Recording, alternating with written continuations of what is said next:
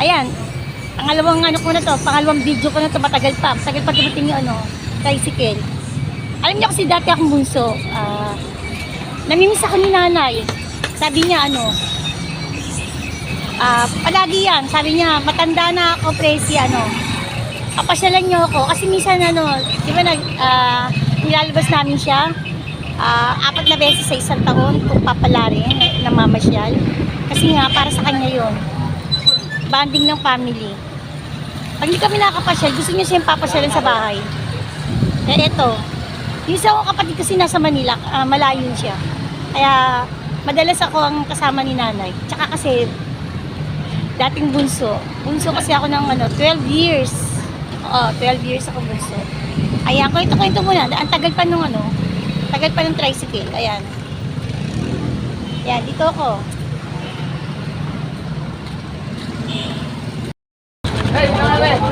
Ayan, makakasakay na kami.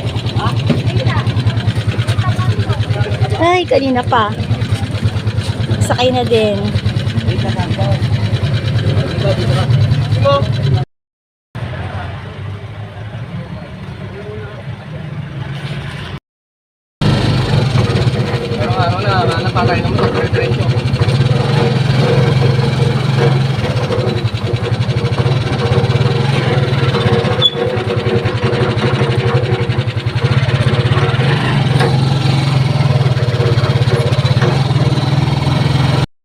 Bumaba ako, Ma'am Mars, kasi tingnan mo sobrang traffic ko. Hindi na gumaandar yung sakyan dahil gawa niya natumba. Natumba yung Ayan, bumaba ako. Ayan, dito ako pupunta ngayon. Dito ako maglalakad. Sobrang haba pa rin, traffic pa rin. Maglalakad na lang ako. Doon na lang ako sasakay sa pinakakatong. Mahaba itong lalakarin ko. Ayan, dapat talaga may doon. Dapat talaga may magta-traffic. Na may magbo-volunteer kasi natumba yung sobrang traffic na. Kawawa lang talaga sila doon. Aabutin na sila doon ng ilang oras. Ayan, ito lalakarin ko hanggang doon. Swerte nila kung merong tricycle. Yung tricycle ako, kaya papara ako ng motor. May iangkas ako. Kahit magbayad na lang ako ng 20. Kasi napakalayo pa ito sa subdivision ni nanay. Ayan, nakakuha na ako. Salamat, nakasakay na ako.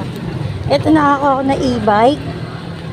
Ang traffic nga doon dahil matutumba na yung poste ng Meralco. Ayan. Kung hindi, lalakarin ko yun. Napakalayo pa yun. Sobrang layo. Siguro pag naglakad ako, abutin ako ng 30 minutes sa paglalakad. At kaya ito na ako, naka-e-bike. Ayan, sa wakas, nandito na ako. Nanay! Ay, bukas. Hello, nanay! Ang gagwapo. Maku. Ay, sorry, kakain na ako. Nay? Pakis muna. Ang lakas ng ulan. Ay, lakas ng ulan. Pakis muna. Malakas Ay. Oo nga, ilang araw naman malakas ang ulan eh.